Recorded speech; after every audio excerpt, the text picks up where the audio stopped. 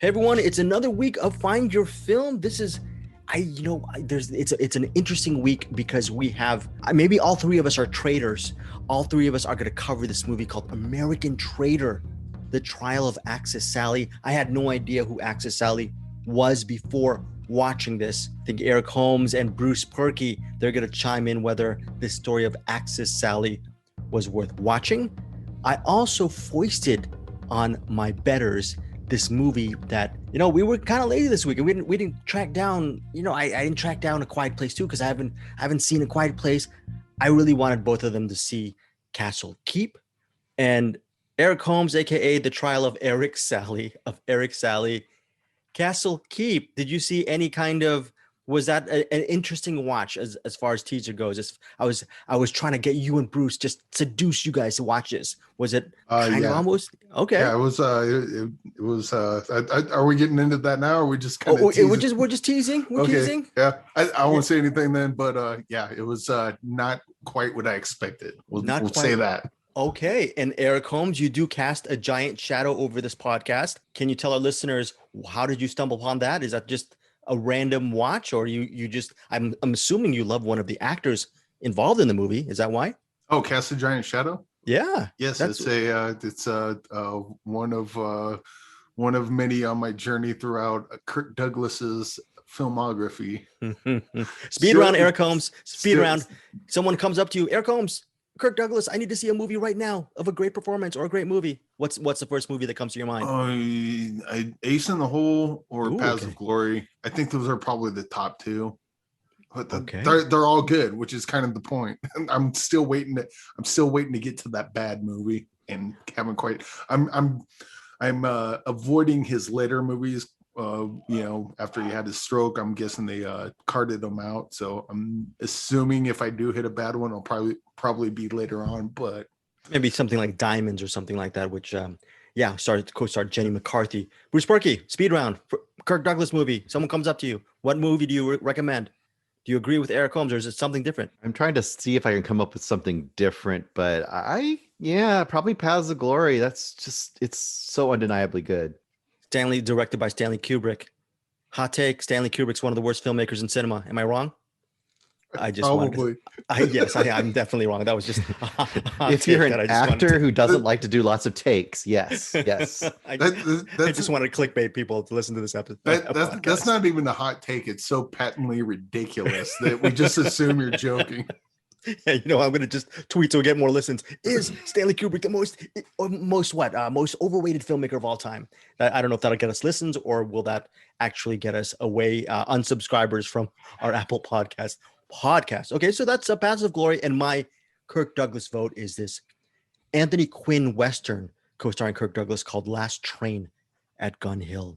Not as good as Eric Holmes's picks of Paths of Glory, and what was the other one?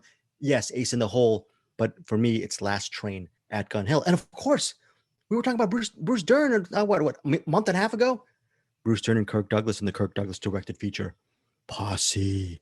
Yes, Posse. We love Posse.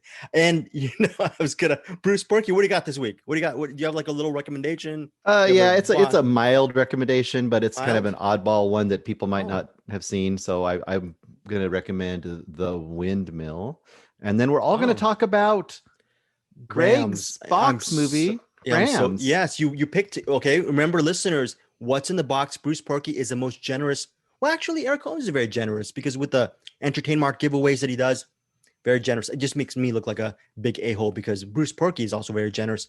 Every week, he'll actually watch a movie that listeners are recommending to him.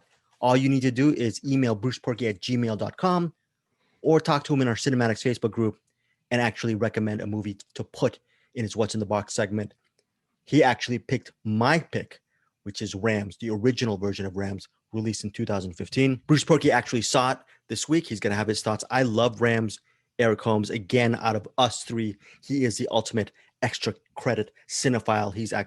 He's jumping in on this review as well because he has seen Rams. When we started, I thought Bruce Purkey was the one who was watching all of those movies every week, like 10 to 12.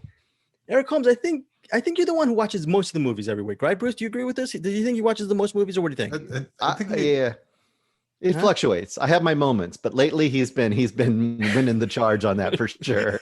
He is leading the charge regarding our just massive movie watching per week. I do not lead. Yes. Our periods are unsynced perfectly. Yes. Very unsynced. And as usual, I'm the one who watches the least every week because I always bring out the proverbial rear with this podcast. So our main, okay, Bruce Purkey's shaking his head, rightfully so.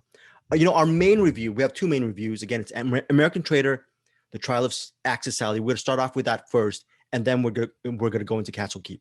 CastleKeep is one of these, in my opinion, gems that I'm really excited that we can talk about in this podcast. Now, American Traitor, The Trial of Axis Sally, it hits select theaters on demand May 28th, 2021. It is directed by Michael Polish, stars Al Pacino. That's the reason why I wanted to actually get the screener link for all of us.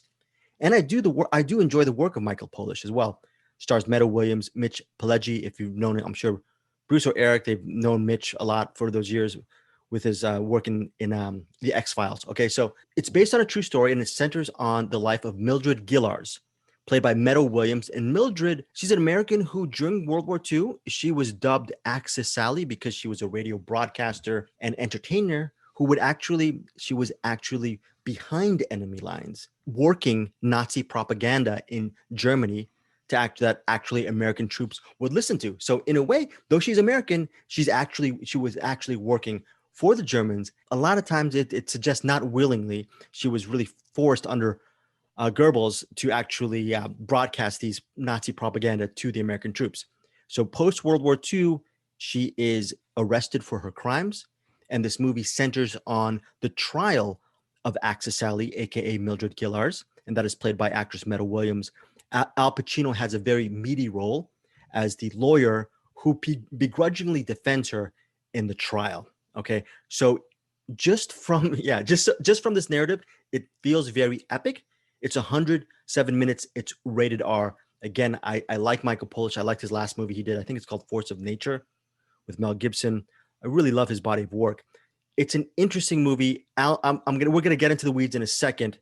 I'm gonna start off with Bruce Purkey right now. Do I say, first of all, I'm gonna start off with you, Bruce Purkey. I apologize regarding American Traitor, The Trial of Axis Sally. Should I be apologizing, or was there a light at the end of the tunnel regarding your review of this movie? It was light a train. I'm not sure. This movie really wasn't for me. I mean, I don't want to be the bad guy every week. So I just to say that it didn't work very much at all for me. First of all, there's not much trial in this movie. For a trial movie, the trial is pretty small. It's pretty insignificant. And the stuff that goes on in the trial is pretty rote. I think it's not very unique or, I don't know, revealing for the story. It's a lot of flashbacks, a lot of her and, what she was like when she was, Axis Sally, quote.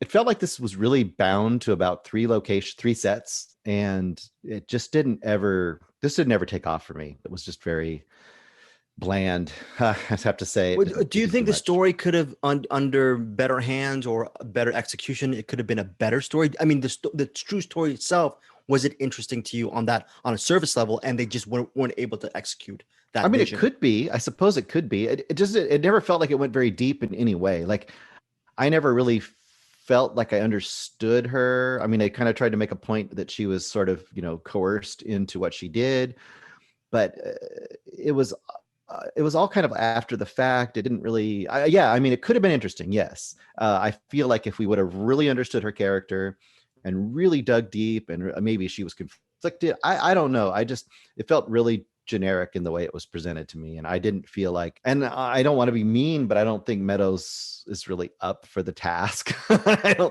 think she was definitely the weakest link here to me, but I don't know.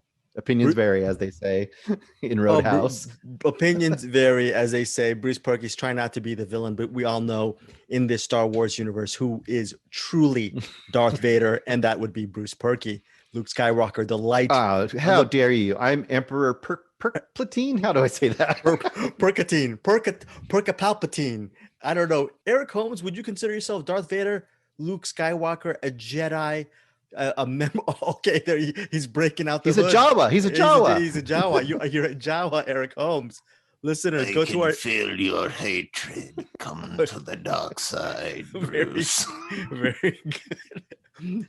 I don't have to take any steps. I think I'm pretty close. Well, Eric, you said before we started recording, before Bruce hopped onto the Zoom call, you said you have thoughts regarding this movie. Hopefully, these is there something to be gleaned on a positive note, or are you on the same train, on the same track with Bruce Purkey's assessment of this film? Kind of.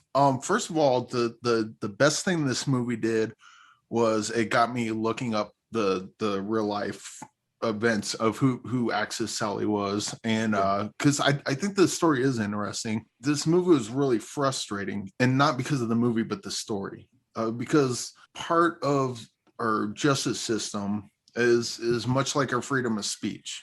You're supposed to defend the speech you don't like because that's how important it is. You know, you can't just defend the speech you like.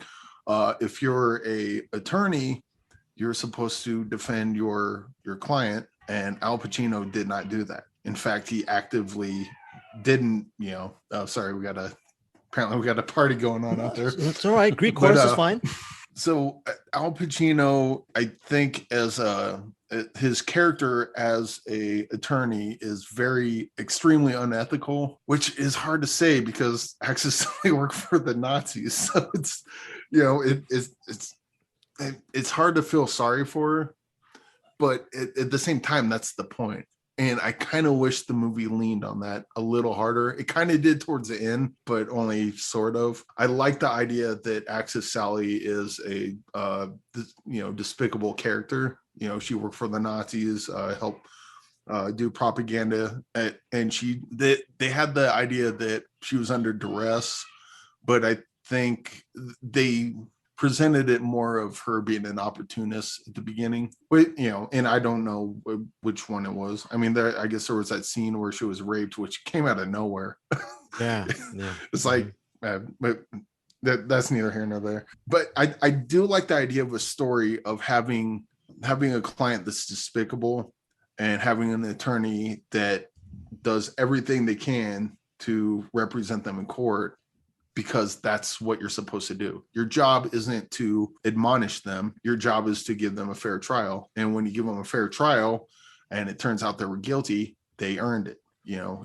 If you throw it away, the thing I was thinking of was like Harvey Weinstein, for example. Mm-hmm. I want Harvey Weinstein so badly. I want him to have a fair trial. And I want him to have a fair trial, find out he's guilty, and then he goes to jail or whatever happens, because if he has a fair trial, you can't then go back and say it was railroaded. As Axis Sally was presented in this movie, she was completely railroaded. So there's, you can never say she was innocent and got an unfair shake. If she had a fair trial and she was found guilty, I think it would have more weight to the how things turned out for her. But as it is, Al Pacino's character just kind of didn't care, and he was actively working against her, and that just really bugged me. The story bugged me, but what bugged me even more was that the movie didn't really lean into that. It didn't lean into the ramifications of what it means for an attorney to turn on their client. And I think that would have been the more interesting movie. And they touch on that a little bit. I don't think they really hit the nail on the head. This is probably a good example of a movie. As it is, it's pretty decent, but this story could have been fantastic. Like it could have just been something that just got my blood boiling, screaming at the screen. And I did at times, but yeah, it just didn't quite hit the nail on the head for me. So not a recommend for you, Eric, even though you gave it a very insightful review. It got you thinking about Axis Sally's life, which you did some research afterwards. So that's value added, but ultimately not a recommendation. I think it is for the historical context of it. Because I think the story is interesting. And I think there's some people that might watch this and be like, wow, I didn't know that, I didn't know this or that. That said, there might be some frustration there. And to Bruce's point, certain parts with Axis Sally and her exploits prior to the trial, that didn't quite work out. It kind of reminded me of all Meryl Streep's scenes in The Post, where like the trial is the interesting part. That's the part I want to see or in the case of the Post, like all the stuff, like them trying to figure out everything in the Post is the interesting stuff. And then they keep cutting at Meryl Streep at parties. I'm like, fuck, and quit it. Let's go on. Get back to the interesting part. Quit cutting to this part. Yeah, there's a good movie in here. This doesn't quite hit it, but at the same time, I think there's value added to the fact that this is a part of history I didn't know about, and maybe other people will be interested in. And I hope this story gets a better movie in the future. Okay, so that is your take. You give it a slight recommendation, Eric Holmes. Very good review on that. For American Traitor, The Trial of Axis Sally. This movie, full disclosure, I've interviewed Michael Polish before. I really like his work. I interviewed him last year for Force of Nature, the Mel Gibson movie, which I thought was really out there and really cool, and didn't get its fair shake when it was released. Liked that movie a lot. There's another movie, a black and white film he did in 2011 called For Lovers Only. Huge fan of that movie. It's a DIY film. There's another movie he did with Billy Bob Thornton back in 2006 called The Astronaut Farmer. Like that as well. Nice family movie. He is, and I'm sure Bruce Purkey, being the artist you are, indie guy, maybe in the late 90s, you probably saw Twin Falls, Idaho. So when he and his brother, they did the Polish brothers, they did Twin Falls, Idaho, and they also did North Fork. So this guy, Michael Polish, is very talented. Okay, and I liked him. I like him as a person from the interview. That said, this Axis Sally movie didn't work for me whatsoever. Not one. Maybe I'll be the bad guy this week, but for me, I'll agree with you, Eric. Just to know the historical context about Axis Sally in her life, value added on a historical level. So I'm gonna give it a slight recommend regarding this. And so actually, this movie has a lot of flaws. I'm giving it a very slight recommend for the historical value. This American Traitor, the Trial of Axis Sally, and number 2, which is actually number 1 with a bullet, is I remember years ago for The Devil's Advocate, Al Pacino launched into a huge monologue, yelling that monologue because spoiler alert, Al Pacino's the devil in The Devil's Advocate. He's yelling at Keanu Reeves, and he's telling Keanu Reeves, you know what? God's an absentee landlord. Okay. And I love that. I love when Al Pacino or Scent of a Woman, pick your movie. And if there's an Al Pacino monologue, if you like Al Pacino, this movie is worth seeing, because even Bruce Purkey was talking about the courtroom drama aspect of it, which was slight. I'll agree with that. But in the third act, if you want to see Al Pacino go impromptu, extemporaneous, just talking out of the left side of his ear about justice and the mishandling of it, and whether you like your client or not, all that stuff, it is worth it. It is worth it just for that Al Pacino monologue, knowing the life of Axis Sally. Everything else around it, to me, just didn't click. I didn't feel like I was, a lot of Polish's work, you feel like you're really living in the skin of these people. I felt like I was not living in the skin of any of these people in American Traitor, The Trial of Axis Sally. And it just seemed like these people were playing dress up, working really hard at making this indie movie look like a big time movie. So kudos on the hard work. But overall, it didn't completely click with me. Slight recommend again for the Pacino monologue and also for the historical value. Guys, anything extra comments regarding this movie, which hits theaters on Friday and on demand? Anything else before we go to the next one? I did like Al Pacino in this. Okay. I hated his character, but I liked Al Pacino in this. Al Pacino, the actor, anyway. But yes. Okay, as Eric Holmes puts on his hood one more time. Bruce Purkey, I'm just going to ask you before we get into CastleKeep. CastleKeep right now is, I hope as we speak, streaming on Amazon Prime Video. That's why me, you, and Eric were able to see CastleKeep. So that is a plug for Amazon Prime Video. But today, as we speak, and probably by the time I upload this, it'll be old news, Amazon buys the entire MGM library. Want to get both of your takes on this, which it seemed inevitable, because when you look at Amazon Prime Video, you're looking at, they probably have the best collection of the really old movies. And I go, oh, a lot of these seem like they're from MGM. So Bruce, you want to chime in on your thoughts regarding Amazon Prime becoming basically their own studio with this MGM purchase?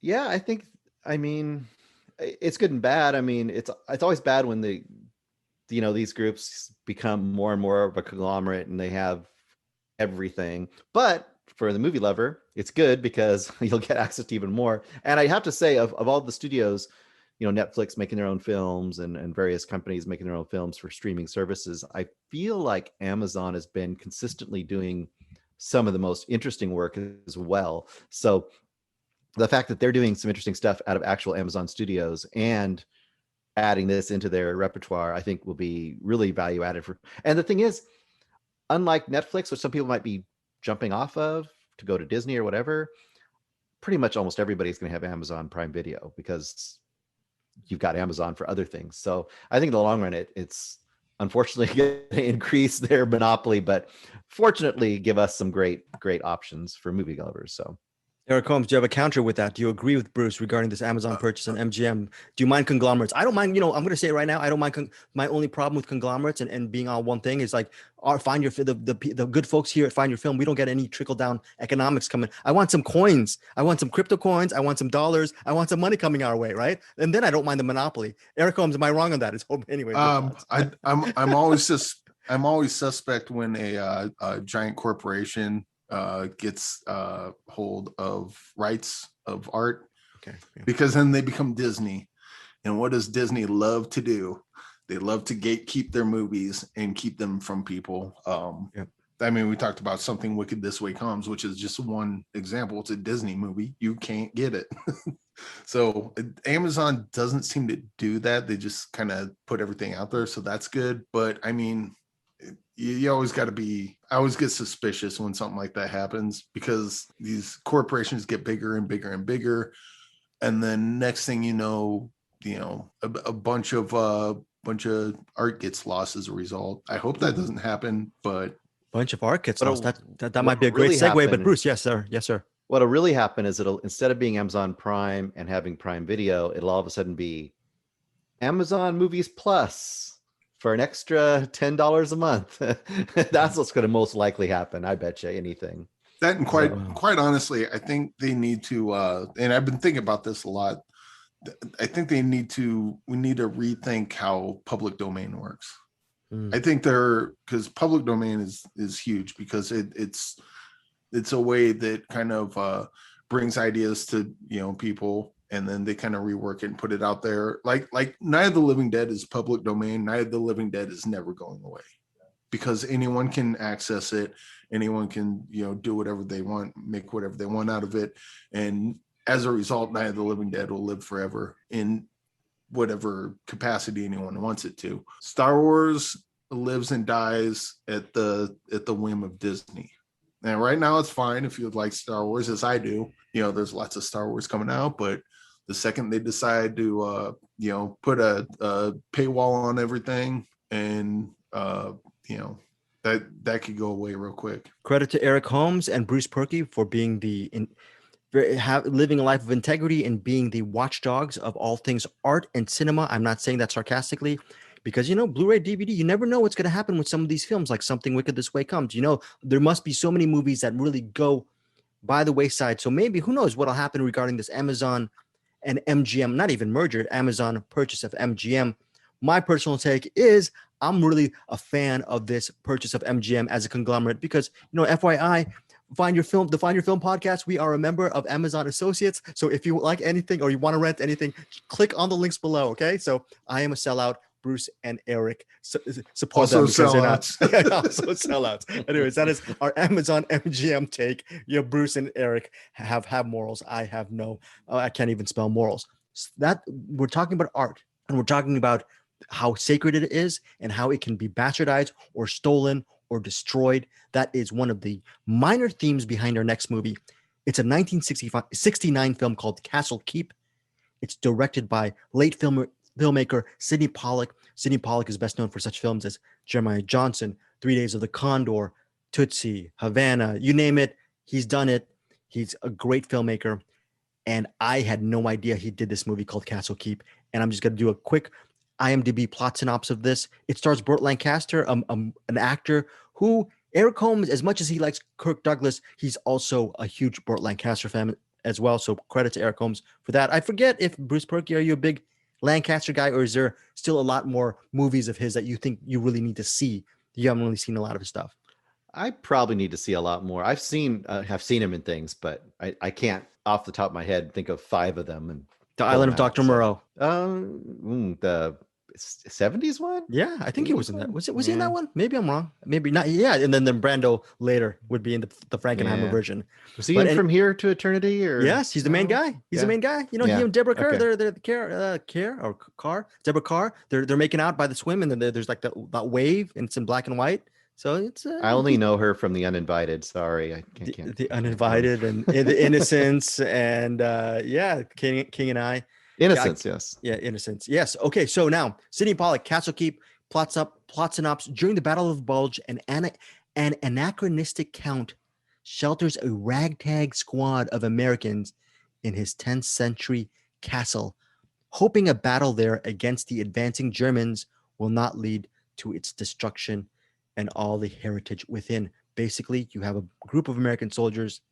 They're assigned to guard this 10th century castle because inside the castle, there's so many priceless works of art, but there's a lot of Germans here. They are advancing. This is like basically think about the Alamo meets World War II. This is not a spoiler. They know it. You know it by the first opening moments. They're guarding this. It is ultimately might be a suicide mission. It stars Burt Lancaster. He's the leader of the troop. He has an eye patch a la Fritz Lang. I don't know. It's never explained why he has the eye patch. He just has an eye patch. Columbo, aka Peter Falk, he's in this. He's excellent as this guy named Sergeant Rossi. There is another lieutenant here. There's Lieutenant Amberjack, and he's played by Tony Bill, and he's the spiritual advisor amongst the troop. What's interesting is Tony Bill he was very good in this movie. He would transition from being an actor to becoming a filmmaker, and Tony Bill is best known for the movies My Bodyguard and Untamed Heart. So Tony Bill ultimately would become a filmmaker. And there's another black actor named Al Freeman Jr., plays Private Alistair Pearsall Benjamin, and Al Freeman Jr., without giving too much away, he ends up actually being a really big character, might even be possibly a de facto lead in CastleKeep. Eric Holmes, I was praising the living bleep out of this movie. It reminded me a little bit as far as the creative spirit and panache of Inglourious Bastards. Was I overselling this movie? What did you overall think about CastleKeep? I didn't really get the Inglourious Bastards vibe. I was struck by how I've never seen a war giallo before. So I'm watching this going, is this Dario Argento movie or what's going on here? And the characters are all fantastic. You got not least of which is the guy that has a romantic connection to a Volkswagen for some reason. Yes, yeah, there's a guy. Really forgot it. Yeah, and there's also Bruce Dern as a deserter, soldier deserter who becomes sort of a de facto lead, a spiritual leader of another crew living in town. Yeah. So this movie is so bonkers.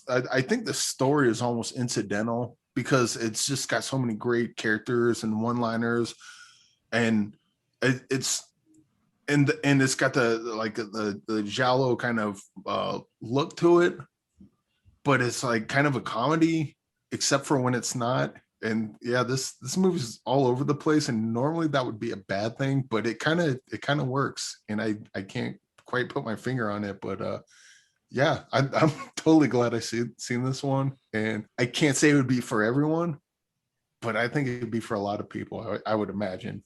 I'd have to imagine this movie is just too entertaining, not to be dismissed. But yeah, going in, I was expecting this to be like a just a Hogan's Heroes or Kelly's Heroes sort of thing. That would have worked as that linear, just action pulpy thing, right? And it would have. But this movie just goes for it, and it goes for it in like all sorts of directions. And I was kind of actually tickled by it. I was like, I can't believe this movie exists. And yeah, Bruce, to that point, this movie is based on a novel by William Eastlake. It is co-written, the screenplay by Daniel Teradash and David Raphael.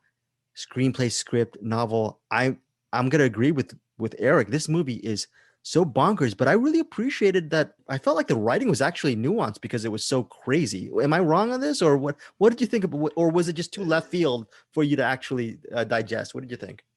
I'm kind of in the middle on this one. I think it doesn't work to me as a whole, but some of the parts work really well. And I was struck exactly the same way Eric was when I was watching it. I was thinking to myself, this feels, with the dubbing and the editing and the color scheme and the cinematography, this just feels like an Italian movie, even though it's apparently not, from all I can tell. But it has that feel. It also has that feel of that late 60s, early 70s, those kind of real drug-induced revisionist versions of classic movies. Like, this has kind of that druggy, I don't know, like describe something like Easy Rider, some of those kind of movies where they just kind of are like scene after scene after scene, and sometimes characters go off in ways that you don't understand. Like, there's this whole subplot in here. The VW subplot is by far, to me, the best thing in the movie, by far, especially when the other guys go to try to kill the VW. That sequence alone is worth the price of admission. I mean, I would say overall this movie is kind of hit or miss for me, but that scene is amazing. And there's this whole subplot with Peter Falk where he just kind of becomes the husband of a baker's wife, maybe, or widow, something. Baker's widow, and then he becomes a baker. He loves bread. This is like, if you have to go into this with like the idea this is like dream fever logic, like people that have been in war too long, and like it's almost not real, some of it, maybe, I don't know, it's very weird. Like I said, it's a little bit uneven for me, and it definitely is a mess. Sometimes it's an awesome mess, and sometimes it's just a mess, and I couldn't really tell you exactly what happened, other than the Germans are coming and they're gonna sort of stop them, maybe. You're not sure exactly. It's a weird fucking movie. I would say I would give it a slight recommend, but I would tell people go in knowing kind of what they're getting into, because some people are going to go in for like a regular war movie and be like 100% out. They're going to be like, nope, this is weird. So, well, I love how almost every scene in this movie goes in a direction you have no idea. There's a sequence out in the forest where there's a German and one of the soldiers, and they're speaking to each other and they're trying to actually connect. And you're thinking, okay, so it might end on a level of betrayal by this person, and this is going to happen. And then it goes completely different. And you go, whoa, there's a whorehouse in the middle of town. That's part of their town where they actually go to for fun. And you think the director, Sidney Pollack, will handle that house of ill repute in a certain way, in a very exploitative way, but it's handled story-wise in a very different way. And it's a very important part of the third act, where you actually find the ultimate confrontation between the Germans and the soldiers. A lot of this is character building. I hate to pull out, maybe every single week we'll mention Zack Snyder, but like Army of the Dead, CastleKeep has a lot of a lot of world building. A lot of this movie is character exposition, and you're learning about the castle, the CastleKeep, the people in it, and the actual battle itself is, in my opinion, pretty cool. But if you're not liking that story and where it's going, that's my only warning, because it really goes out there. But it's really absurdist in a lot of ways too, though. I think you have to let people know that, like Vonnegut or something, maybe, or like that kind of, if that to me is more the flavor of this. And if people don't know that, like you say character building, they think, oh, we're going to get in there, we're going to really like get in with the characters and be this really like quiet, you know what I mean? It's not that. It's more like oddball, almost standalone scenes that are kind of cobbled together. So that's, you got to make sure that they kind of get the picture of this. It's different. Like Eric said, I've never seen a war movie quite like this, I don't think.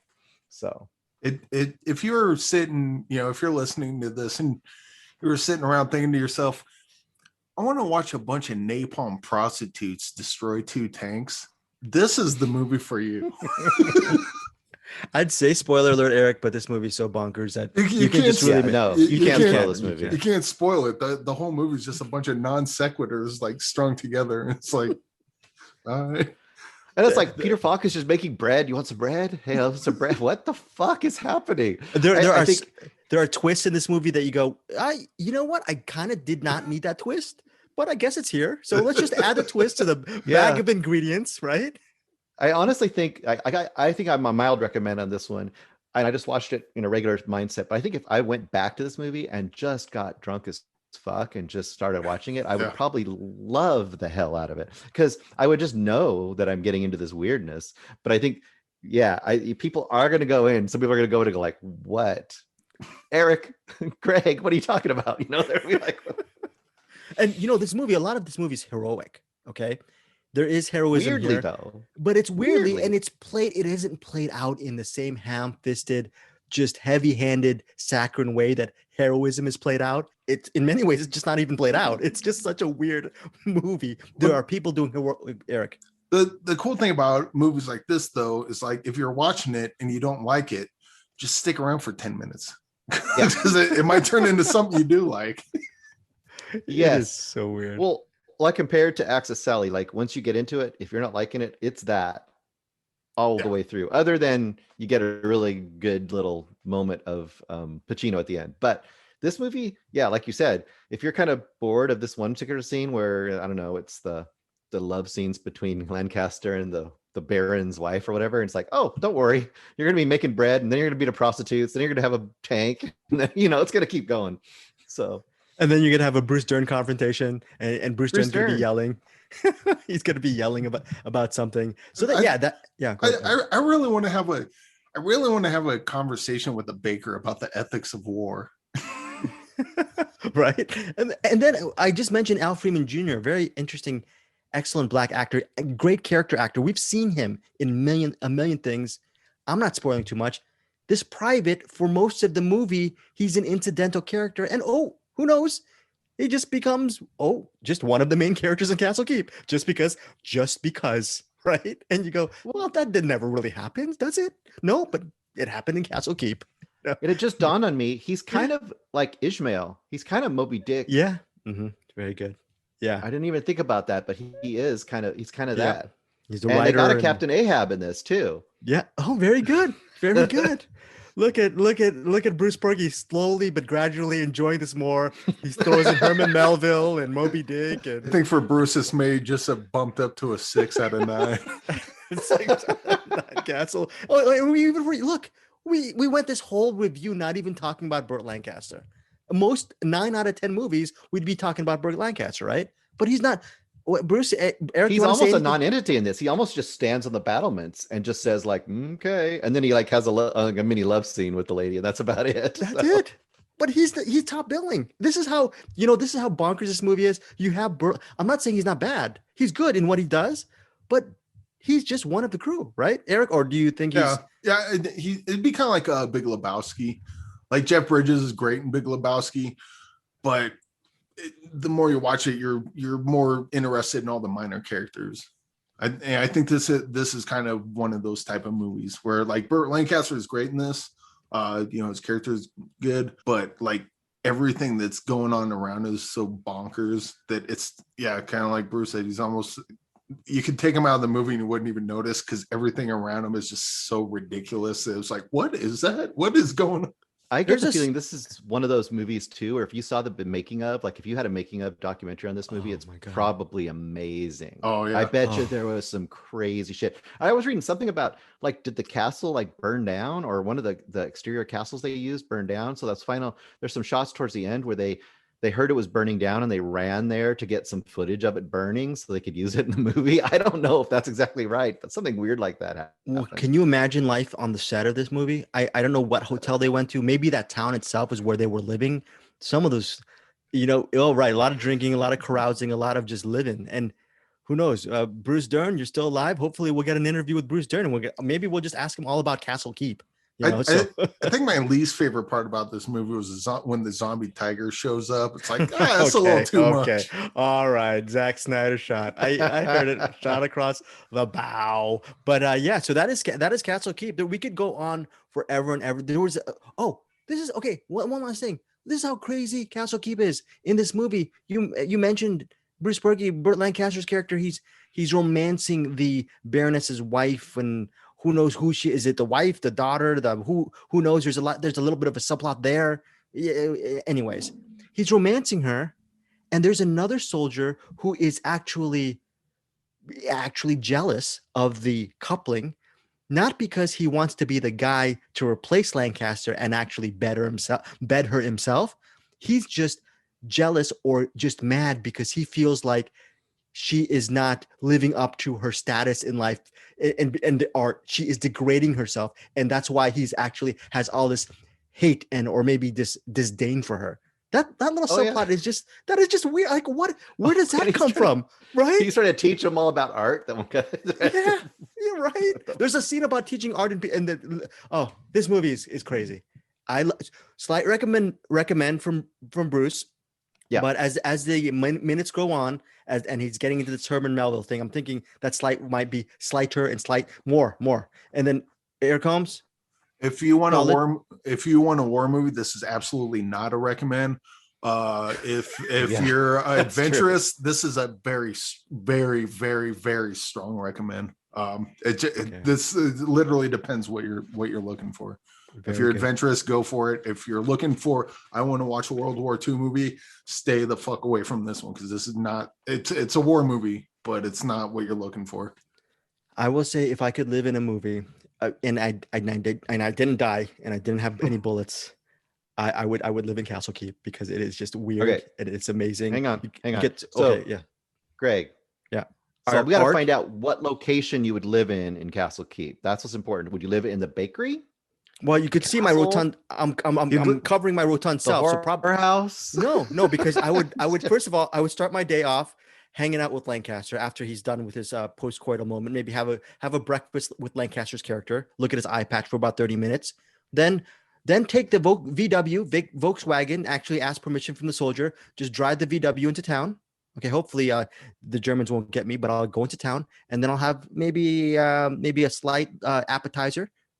From Peter Falk with the bread, and then I'll go to the local whorehouse. Not since when you're 50, Bruce, I don't know if you know this, but for me in 50, my testosterone is a lot lower than it was so there's not a 20.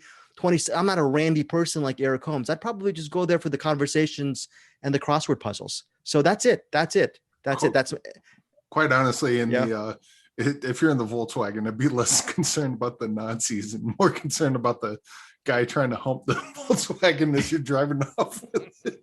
Yes. Listeners, if you actually fantasize about driving the VW featured in CastleKeep, may I please suggest a lot of sanitizer use within this car. This is where they got the idea for Herbie the Love Bug. Oh, that is so. I don't know. Yeah, CastleKeep, strong recommendation for me. But bottom line is, it is a very weird movie. Again, if you are an adventurous, like Eric Holmes says, this might be the movie for you. Okay, so that is our two main reviews this week. We are going with Bruce Purkey. What is you have a recommendation to give our listeners? A light recommendation this week?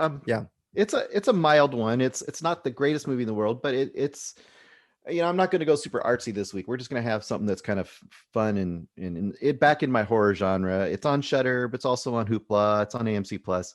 It's a little 2016 movie called The Windmill, or you might also see it called The Windmill Massacre. And it's I guess it's in English, but it takes place in Holland, and I think it's directed by a Dutch person, Nick Jongerius. I don't know if I'm saying his name right.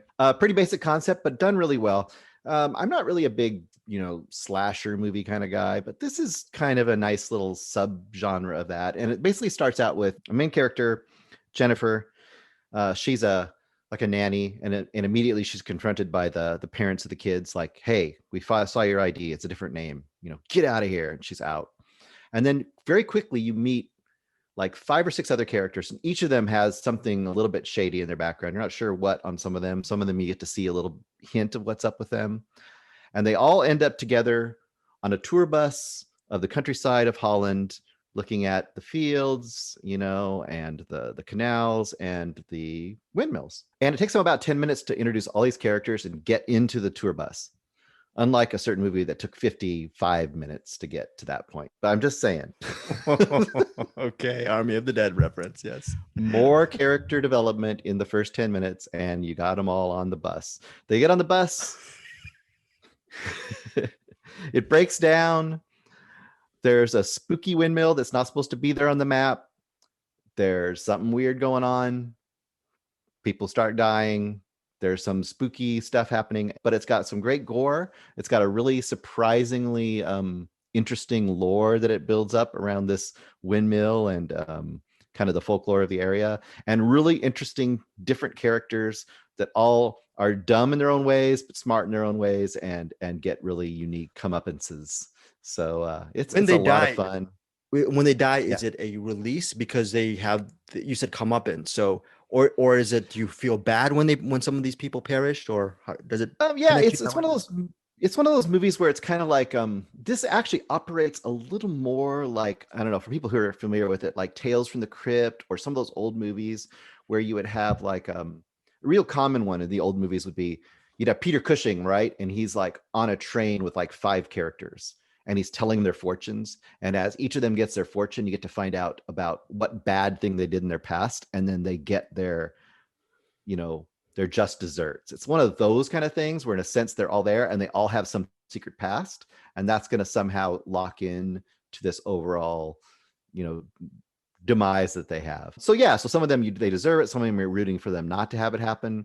And it's always inventive, really good production values. It's just a lot of fun. It's not the best thing in the world. But it's definitely a good, like, you want a good, simple, well done horror movie, kind of classic style. It's not gonna mess up your mind like Ari Aster movies will, So, and did you like the reveal, the end of it, the way it executed itself, third act? Was it fine? Yes, it does build up really well. It keeps revealing levels of what's happening with this windmill. There's like a whole lore behind it, more than just a killer. There's actually something going on there, and it has to do with the windmill. It's pretty cool. That is very good. So that is the Windmill, like you said, streaming on Hoopla and a whole bunch of other places, right, Bruce? A couple of other. Shudder is where I saw it, but you can get it in other places too. Yep. Okay, so that is Bruce's recommendation of the week. Eric Holmes, what's your recommendation of the week? I have a movie by Melville Shavelson, starring Kirk Douglas, called Cast a Giant Shadow. It's also got Yul Brynner and John Wayne and Frank Sinatra. I don't have to talk about him too much. And wait, was that an Entertainment purchase? Did you go there recently? Okay, yeah. Cool. You just saw it on the shelf and you said, "What? Y'all get it?" Yeah, it's like, oh, Kirk Douglas is in it. I'll watch it. And true to form, I bought it on DVD and rented it on YouTube to watch it because I suck at life. Well, so when we talk about when you buy it on DVD, okay, I'll rent it, but yeah. Okay, when you get it on DVD from Entertainment, you have the DVD. Mm-hmm. What leads you to go to the YouTube thing? Do you decide like, I don't want to put the disc in, or it's just like one of these things like, hey, it's easier for you because I've done this myself. I have the DVD. What is it? Is it what? It's usually a case of I need to get a DVD player for my room because the DVD player downstairs, the kids are watching some obnoxious YouTube video. So I'll watch a non-obnoxious YouTube video up in my room. Oh, fair. But yeah, I think I would save a lot of money if I just, spent $50 and got a Blu-ray player or something, but that's neither here nor there. And the plot to Cast a Giant Shadow does not seem very timely whatsoever. I was kidding about it seems like a very political film.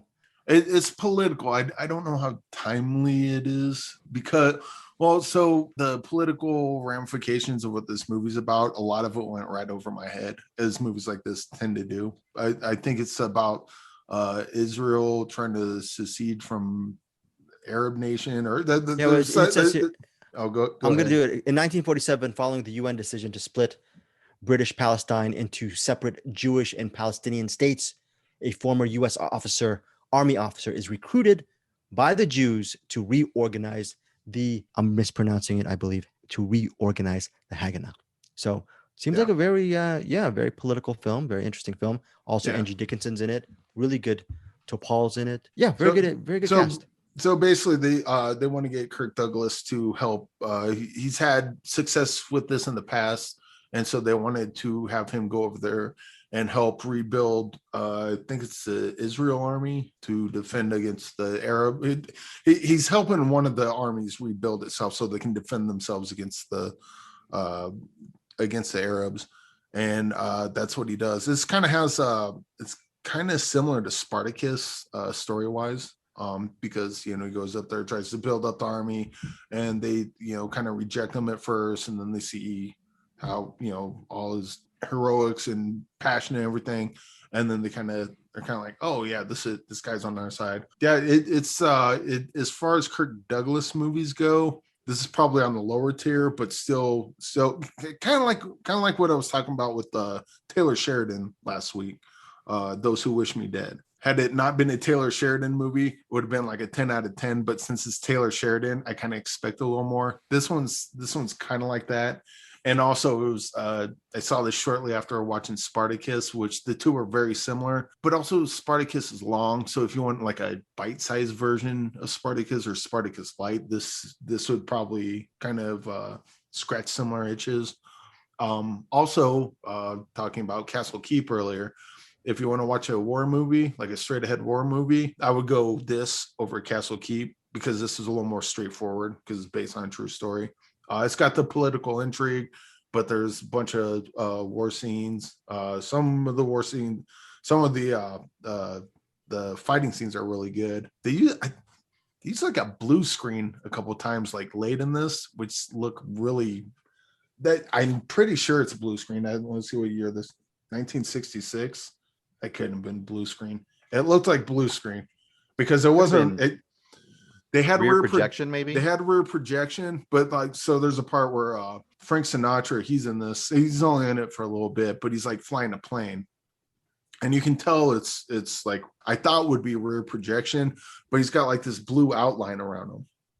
So it's like I don't know. It totally looks like blue screen, but I don't know the history of blue screen and if that was even around then. But this is definitely a cool movie. And if you want to watch a war movie, it's a good one. Probably not Kirk Douglas's best, but I mean, so far we're talking about 10 out of 10s. This one's probably like an 8.5 out of 10, I would say. Ooh, 8.5 out of 10. Okay, so that's Cast a Giant Shadow. It is currently on DVD, and you can also rent it on via YouTube, which Eric Holmes did. And yeah, and I was reading John Wayne's basically hardly in this, right? He's in it for a couple minutes. Okay. That is probably another thing I should bring up. I love John Wayne. I've seen a bunch of John Wayne movies. Kirk Douglas just acts circles around him. so like John Wayne just kind of shows up, and I think a lot of it has to do with like we're used to the they're apart, the John Wayne kind of drawl, and so watching John Wayne movies now, it almost seems like someone doing an impression. But that's just how he talks. So, that's not really fair to him. But Kirk Douglas is so good that when him and John Wayne have scenes together, I'm like, God, John Wayne, what did you say yes to that? Kirk Douglas is so much better than you are. But John, if you're a John Wayne fan and you want to remain a John Wayne fan, stay far away from this movie because him acting alongside Kirk Douglas definitely shows the seams of John Wayne's acting, I guess. Yeah, I was reading one of these IMDb reviews on Cast a Giant Shadow, and they were saying with this epic movie, we're assuming a lot of that budget was sent to John Wayne's way for his salary in this movie because the special effects in this movie were something else. So. Here's another thing. And I didn't even think of this until just now when you said epic movie.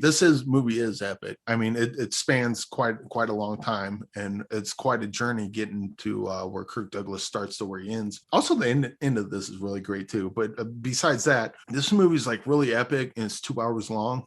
So you can do that. You can have big story within a shorter time frame. It's almost as if, and I could be crazy. If you're a good storyteller, you don't need 2 hours and 20. Okay. You might not. Okay. Now there could be a Melville cut of this. It's 4 hours long that has more air quote character development in it, but they didn't do that. They made it down to a 2 hour movie. It was pretty epic, and it had exhilarating fight scenes and all that. And the ending to Cast a Giant Shadow is really good. Bruce Purkey, if Herman Melville actually wrote a heist movie set in Las Vegas, would it be better than Army of the Dead? Your take? Are you saying, is there going to be a whale? A zombie whale? Is that what's happening? Zombie whale? I might go for that. zombie whale. No, they have to go into, like Jonah. They got to go into a zombie whale to get the safe that the zombie whale ate. Yes. I might watch that. Actually, I've just written a better movie right there. There you go. Very good. You should receive like a lot of money just for the only that, problem that is script idea. The depth of focus is so small, you won't even be able to tell it's a whale. It'll just be like, you'll just be able to see the krill on its baleen teeth.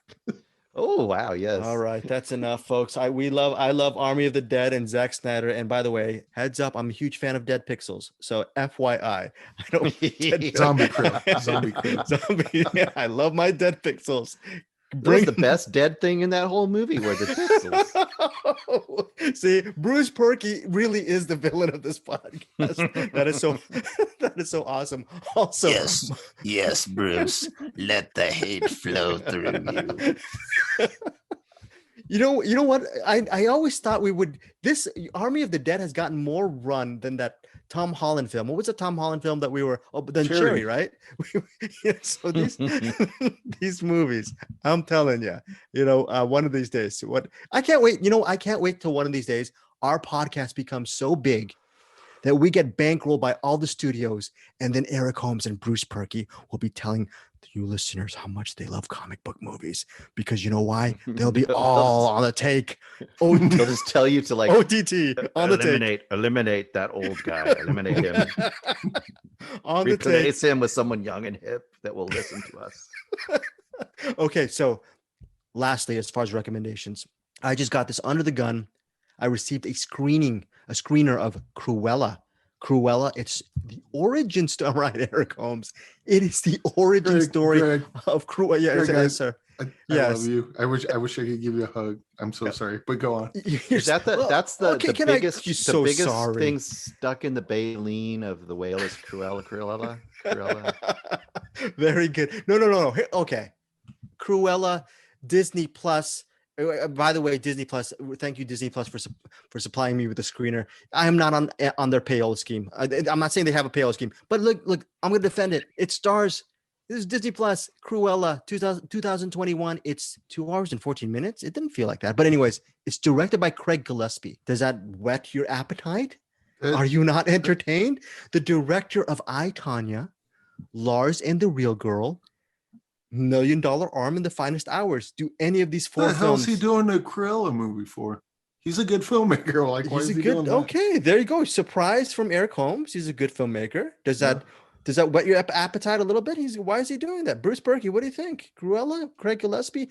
Any of these movies sound interesting to you? I, Tonya, The Finest Hours, $1 Million Arm, and Fright. Remake of Fright Night wasn't so great. I didn't see that, but I guess. Okay, now it makes sense. I like The Finest Hours. The Finest Hours was a really cool throwback. Very underrated film. Bruce Purkey. Any of these films whet your appetite regarding you might want to see Cruella just because of the good faith earned in any of these movies? I'm not against Cruella. I'll give it a try. I'm probably gonna hate it, but I'll give it a try.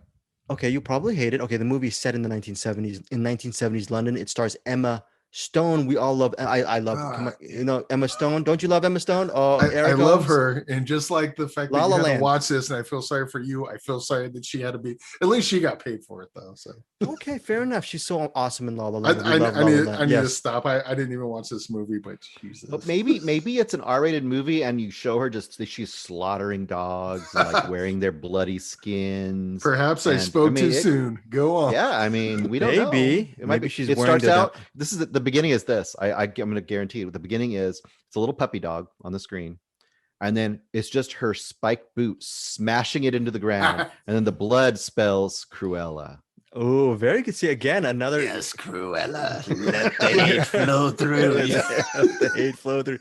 Bruce Purkey, you need a side hustle as a screenwriter or pitchman, because you are coming up with some really great plot alts regarding these movies. Okay, plot alt Purkey. So we're loving this. Okay, so Cruella, otherwise known as Plop. Yeah, Emma Stone. Okay, so Cruella, it's Cruella DeVille. It's the origin story of Cruella DeVille. Emma Stone is Cruella. It's set in 1970s London. You see her origin story. Not going to get into much regarding the plot. It's a revenge story. She has a bone to pick with this woman called the Baroness von Hellman, played by Emma Thompson. Baroness von Hellman is a fashion legend who has power over all of London. She is the queen of fashion in that whole area. But the thing is, Cruella, played by Emma, actually, she's not known by people as Cruella. Her civilian name is, I believe, Emma or something like that. I forget her, Ella or Ellen or whatever. She's just a normal girl. Okay, she's a normal girl, but she's also, like the Baroness, very talented in fashion. And she has Emma. Oh yeah, her name is Estella. Estella is played by Emma Stone. Estella is she by day she's Estella, by night she's Cruella. It's one of these kind of things. And Estella, she is very talented fashion designer as well. So she gets a job under the Baroness's company, and her ultimate long game plan is to wreak havoc on the Baroness's empire and ultimately seek revenge against the Baroness. That is the origin story of Cruella. I was able to see it. It is a very, very fun movie. That said, okay, is it a 4 out of 5 star film for me? No, it's not. It's 3.5. Yes, with the hood, Eric Holmes. I'm not becoming evil. I'm just saying, Bruce, it's like one of these things when it's a soda or it's a light pop fizz thing, and you have the bubble at the top and you like it. You drink. It's like a light champagne or something like that. You just like, it's like fizzy and you like it. You take it and it's nice a little bit, but it doesn't fill you up as a real good drink. It's not a Chimay. It's not a stout. It is not Scotch on the rocks or maybe even Scotch neat. It is a light champagne fizz, not even the champagne itself, like a flute. You're drinking a little bit of that flute on the top. It's entertaining. It's light. It's poppy. It's frothy. It's intended to be very surface. It's a surface entertainment movie. And as that, it works. It's 3.5 out of 5. My only complaint was there could have been a lot more meat to it. There could have been a lot more stout. There could have been a lot more Guinness, a lot more life to breathe, and more interesting stories to explore within this world of Cruella. But this is set in the world of fashion designing. So very pretty dresses, and Emma Thompson is fantastic. She basically steals the show in this movie. And Eric Holmes, you love Emma Stone, and she's fine. Yep. She's fine in this movie. Yeah. She is great as Cruella. She's convincing. But does it get to the depths of, let's say, La La Land? No. It's not intended to, but it's a pop song, and it's a fine pop song. I just wish this pop song would have had a little bit more weight to it. Okay, so that is Cruella.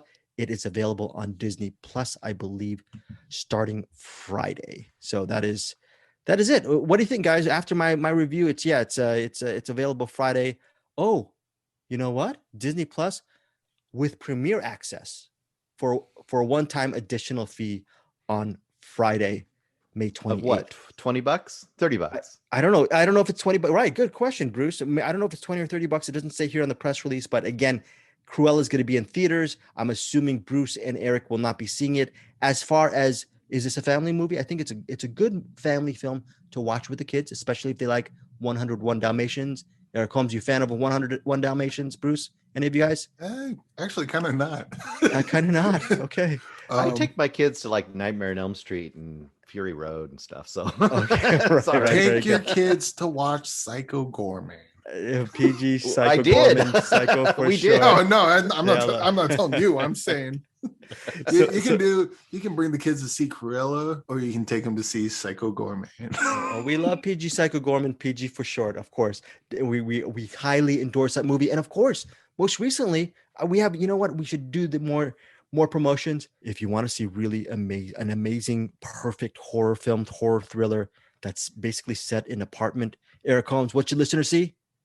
The Djinn. Yes. Yeah, there's your family movie. The Djinn. It's resonant. The ending hits you.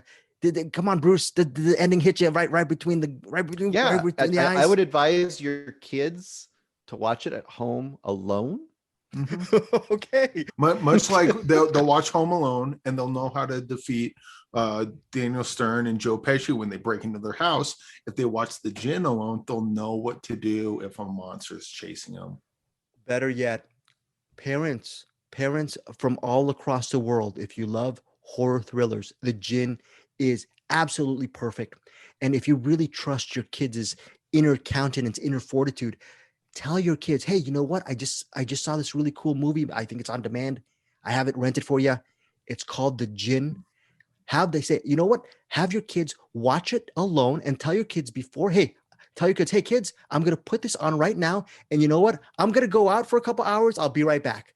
Right? They could, you know, they could have watched The Djinn and then watch Cruella. You said Cruella is kind of like a fizzy drink, almost like a tonic. They could have gin and tonic in the same. Very good, very good. Gin and tonic, very, very good, Eric Holmes. So anyways, Cruella,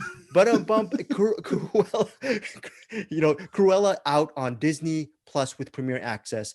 More importantly, also it's also available in theaters as well on Friday, May 28th. And again, we like to plug a lot of things, Amazon Associates, all these really cool Cast of Giant Shadows, Entertainment. But again, I'm gonna throw this. I'm gonna just say it right now. If there's anything you can learn from this one episode, I'm not as much as I love CastleKeep. Go see The Djinn.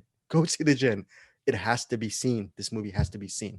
All right, we are going to end our episode with, last but definitely not least, this movie called Rams. Bruce Purkey, what's in the box for this week? Yes, Rams. This was Greg's pick.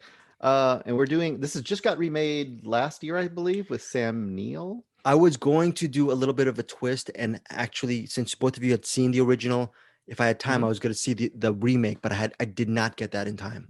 Okay. So I apologize for that. So it did get recently remade. I know that Greg said definitely watch the original because he loved the original, which is what we're doing. From 2015, directed by. Go ahead.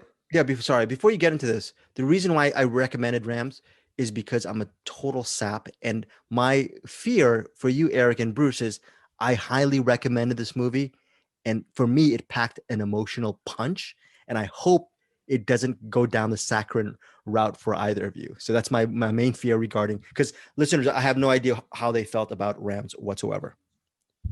Okay, so directed by Grimur Hakanorsson. I'm not going to do any other of their names. That's the director. I'm just going to say the character names as best as I can because there's a lot of Icelandic names in this movie. It takes place in Iceland. I assume the filmmaker is Icelandic. This is on Canopy, or you can rent it. I rented it on Amazon. There you go. So pretty basic concept. It starts out and you meet Gummy. He is a sheep farmer. Pretty, bearded guy living in the country, and it starts out with him, and he's going out and he's checking his sheep, and he's he's got his favorite ram, and he's like making sure everything's cool, and you can tell he really loves his flock. He finds a dead sheep in the next field over, and then you very quickly discover that he lives basically right next door to his brother Kiddy, Kiddi, and they've been estranged for 40 years. They haven't spoken in 40 years. And the very beginning of the movie is them having the yearly best ram in, I guess, the Valley contest. And Gumi's brother wins, and Gumi gets second place. And very quickly you discover that there's a possible threat of a kind of a disease that could sweep through and cause trouble to their flocks. And that's kind of the kickoff to the story. I will just give my impressions and then let Eric jump into, because I know he watched it too. My main impression is what I really loved first and foremost is this is one of those movies. It doesn't have a bunch of fireworks, not a bunch of really like loud emotional scenes. This is one of those movies where you watch the characters and you sit with them and you watch how they live. And there is a dramatic story to it, but it's really kind of living their lives. It's going to interest you if you like this movie. And I really, really like this movie. And I wouldn't say a movie like this on the surface sounds interesting, but I found it fascinating throughout and very engaging. There is surprisingly a twist at about the 25-minute mark. Something happens that you didn't know was happening. And when you find that out, that increases, believe it or not, it increases the tension a lot in this movie. And I just loved the way that it really just shows how this, mainly Gumi, but you assume his brother lives very similarly because you don't see his brother as much, but just the way he lives, you just watch him reheating this giant pot of probably sheep stew, and you see him just on his day-to-day life. You see him when he's worried about his ram, putting the ram in the tub in his house and scrubbing it and talking to it. It's I'm not going to probably sell it in a way that makes sense, but I really, really like this movie. And we can not say what it is, but talk about how we felt about the end at the end of this, because I could say a couple things. Well, Eric, what do you think, Eric? Yeah. I mean, Bruce was saying how I guess Bruce could have put words in your mouth. I mean, you probably felt this movie felt lived in, a lived in kind of film. Yep. Eric, did you feel the same way as Bruce did regarding this movie? Yeah. Well, first of all, I don't know why you thought we would think this is saccharine, because this is like not that at all. This is extremely real. I think all the emotional beats are very well earned.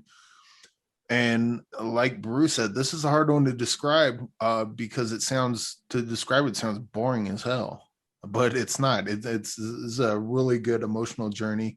One of the things this movie does really well is that, we talk about where like the characters talk about like the scarpy or whatever, whatever the disease that,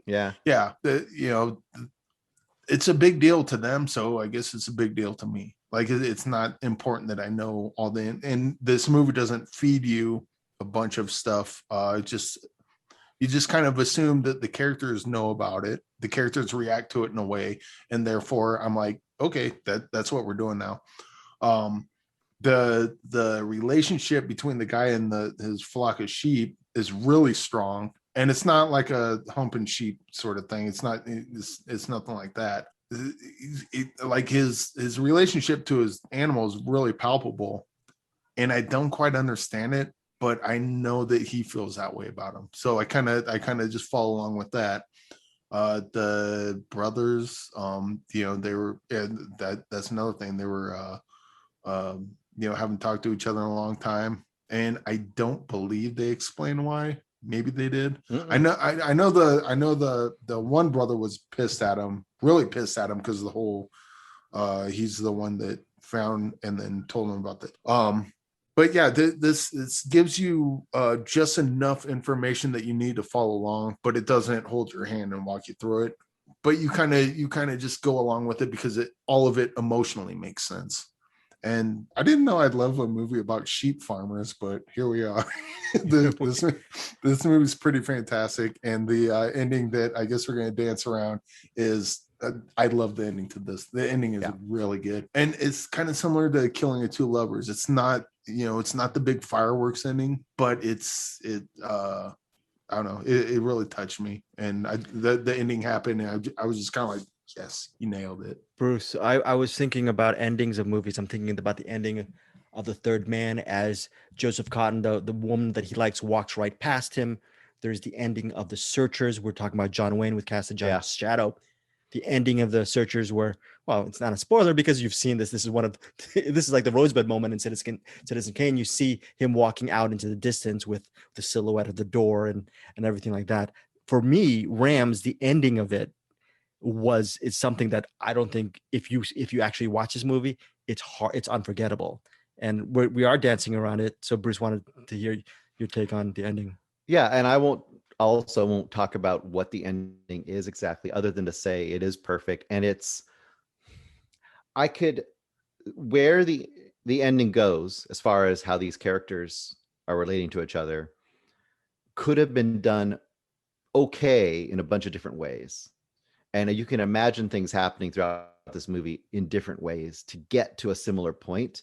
But by doing it the way they do it, I think it has a really greater impact. And it's I don't want to say it's almost visceral, It is. It totally is. There's something about it. I'm not going to say anything else because I might give away something about it. I wanted to mention one other thing, because what Eric was talking about how this movie really is earning a lot of these beats and stuff. And talking about like how you narratively tell your story as opposed to just, the obvious is show, don't tell, right? Or whatever. But this does it in some really, really clever ways, because there isn't a ton of conversations between these two main characters. And you have to illustrate like how deep their disconnection has become, knowing they literally live next to each other. Like their houses are a stone throw away.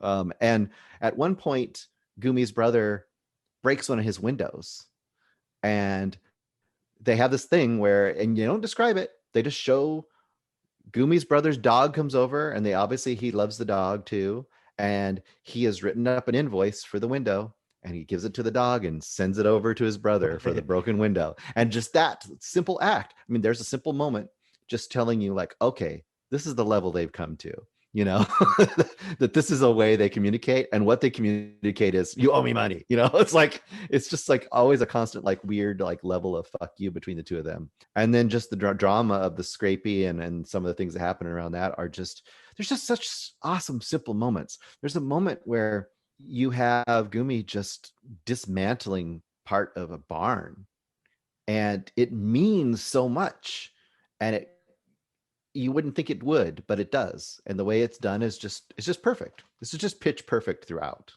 Yes, exactly. Rams is a pitch perfect movie, and it's available. You said you rented it via Amazon, Bruce. It's also, I believe, available on Blu-ray via Cohen Media. It's just one of, and again, it was remade as a Sam Neill film. Bruce Purkey knows his way around Sam Neill's movies because he recently purchased a $500 million copy of Possession, starring Neil and Isabel Ajani. He's been pimping out that DVD to me and Eric Holmes the past week or so. Yes, sir. Is that remake out now? Yes. I'm kind of curious to watch it, but it kind of right. I'll say I'm not looking forward to it, but I am curious because I could be wrong. And I'm sure Cruella is a wonderful movie, and I just need to watch it. But I could be wrong about this remake. But my guess is that everything Rams does perfect. The remake figures they need to get in and explain more than. Well, and I may be wrong or not, but I don't know. How could you it's one of those movies, do a remake? It's right. Well. Right. I'm going to say, like, you could do a really solid job of this. And I could imagine Sam Neill being really solid in a remake of this movie. But the whole point is there's certain movies that just, there's no point. Like, there's no point to make a remake of this movie. Like, you can't gain anything. You can only lose. Yeah. It's not like there's, I mean, there's story between the brothers that we don't know, but I don't really care to see that movie because why they're fighting. You could have that story and I'm sure it'd be good, but to see their relationship, develop as it is, they say when you're writing, start as late as possible and leave as early as possible. This movie does that. Like there's anything else would be extraneous and you really don't need it. And I'm guessing that if they're doing a remake, it's got to be for one of two reasons. One, they want to add the extraneous shit on it, which will just make it worse. Or they figure people can't read subtitles, which fair enough. Some people can't. And that's fine too. But this movie is practically silent. Yeah, it is. I mean, there is not much talking in this movie. There is, there's townspeople, there's people talking in this movie, but I would say 2/3 of this movie is people doing things where they're not having to talk to each other. Yeah. Yeah. So that's off the table. Yeah, no reason to remake this, but I'm really curious to see because what if it's great though? What though? If they actually made it with this remake, if they tried to make it in the same tone as the original, first of all, they're not going to get any credit because you're going to say, oh, well, you just did a carbon copy. You copied it beat by beat. And even if it works, F you, because you just basically stole that original. Yeah. Okay. The best thing they can do, in my opinion, actually none of us having watching the remake, is to create a variation of the original, right? And it's like, it's hard. This movie is so pitch perfect. You can never equal it. So the best thing you can do is to spin it off into something lesser. Yeah. And that's the best you can hope for. I just read the synopsis. What they did is the scrapey causes the sheep to become zombies. And this actually is a remake of Black Sheep, the zombie horror movie. So I see how this very good. And this is a 3.5 hour version, so it's got extra character development. One of these days, you know what? One of these days, I'm gonna say if I ever make money on my crypto, I might have to just call Zack Snyder up and enroll Eric Holmes and Bruce Purkey.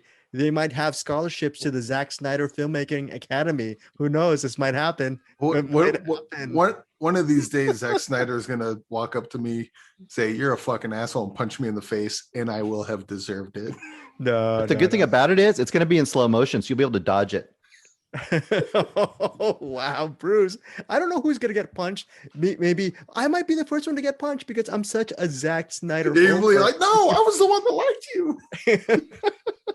By the way, folks, FYI, a little bit of our running, I guess, in a brotherly Rams situation. I'm the outlier here. I'm the one who loves everything that Zack Snyder touches, and there's no sarcasm behind that. Most importantly, Rams is worth the watch. That was Bruce Purkey's What's in the Box for this week. Is there a penalty for me, Bruce, for next week because you picked my penalty? Pick? Do I have to watch? No, it's not a penalty. A reward. There's a reward. The reward is we have community sourced the next box pick. Oh, I thought you said that our Cinematics listeners they were gonna send me some free Bitcoin or Ethereum. No. This is just movies, Bruce? Maybe. I mean, I don't know that. That's up to them. I'm kidding, Bruce. Yeah. So we have 7 nominations. Mm-hmm. So instead of picking something from the box, I'm going to randomly generate 1 through 7, and we're going to figure out what you're going to watch next week, and I'll watch it too if I haven't. Even if I've seen it, watch it again. Okay. Eric might want to watch it. I don't know. I won't. Eric ultimately just watches everything. He'll just watch. Hey there, Brucey. What's in the box there? Come on. All right. Let's see what movie old Greggy Matt Stillman is the winner, and he suggested, since he says that animation is kind of a blind spot for you in general, that you and I guess I'm myself, because I haven't seen it either, are gonna watch Coco. Coco. Oh, Coco. Okay. The Pixar movie? Yeah.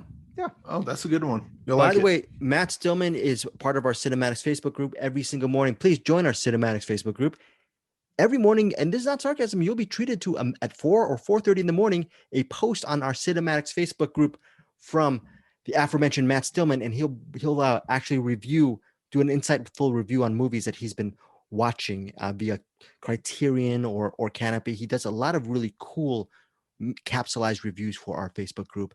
And F you, Matt Stillman, because I think you're actually going to reach 500 movies by the end of the year, which I keep on saying that I'm going to do. I'm sure, you know what? I'm sure among all 3 of us, we might be almost up to 500 by the end of the year, but I haven't been tracking. Bruce, have you been tracking your progress? Yeah.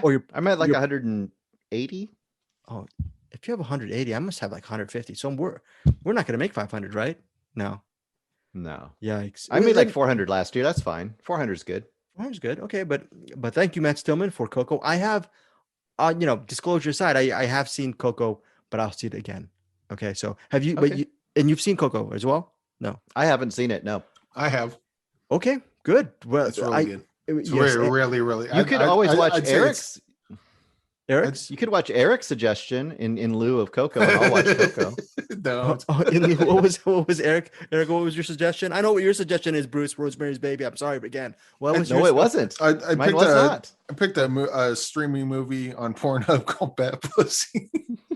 Okay, so that we are an E for explicit podcast, and I try to clean things up. What Eric? No, it's not what you think. It's about a little kitty cat, and it's part bat. It's a bat cat. Eric Holmes has a tendency to mispronounce names. He was monikers. He was talking about Bad Posse, directed by Kirk Douglas and starring Bruce Dern. Go check out Bad Posse, or what it's mainly known in the U.S. as Posse on Amazon Prime Video. We love Bruce Dern. Bruce? What was your pick? What was your pick from one of the 7? Mine was The Abominable Dr. Phibes. Oh, from the late 60s. It's Vincent Price's one of his weirdest horror movies, but it's also kind of Art Deco, and it's also just amazing. If you haven't seen it, I mean, we're in new ground here. Should I rewatch Coco, or because I've already seen it, should I do The Abominable? Maybe I should just do The Abominable because I haven't seen it. You should. Have you seen it, Eric? I don't think so. Okay, so that is our. You can watch it on YouTube. It's free to watch on YouTube or a lot of other places. So yeah. Okay, Matt Stillman, thank you so much for that suggestion. But we are going to watch, Eric Holmes and I, The Abominable Dr. Phibes or Fibs or Pibs or Dr. Phibes via YouTube Vibe. So maybe that'll give some extra value added content. And then plus, Bruce Purkey is doing the extra credit by he will be watching Matt Stillman's choice of Coco By the way, a movie that got me a little bit teary-eyed at the end. Remember me, remember you, remember. Hang on. This movie. Don't leave yet. Oh, I'm not leaving. What happened?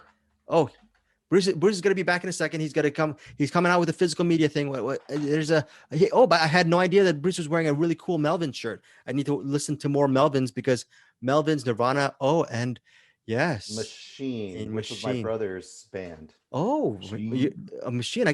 Is Machine on Spotify? I should give Machine a whirl. Actually, you'll be able to find Machine. See, look, I've still got the Dr. Fibes, the abominable Dr. Fibes. Look at Bruce Purkey bringing out the MGM DVD, Midnight Movies DVD. Now with the takeover by Amazon Video, that DVD might skyrocket because those MGM DVDs are now a rarity. Eric Holmes, that might be a real piece of advice for you. Go to your local Entertain Mart, and pick up as many MGM DVDs as possible. I think. That's and I think we'll probably be doing a drawing for another one of those. It's been a while. We gotta do another one soon. Okay, that sounds good. That is our show. Any final thoughts, Eric Holmes? I believe Bruce, you gotta pick from the box there. Oh, my fault. No. But we didn't we do Coco? So it's going to be another. Yeah, we did our pick. Our pick. You're going to double dip. Oh, okay. Never mind. Yeah. We got Coco, and then we got the Bombal Dr. Phibbs. We're good.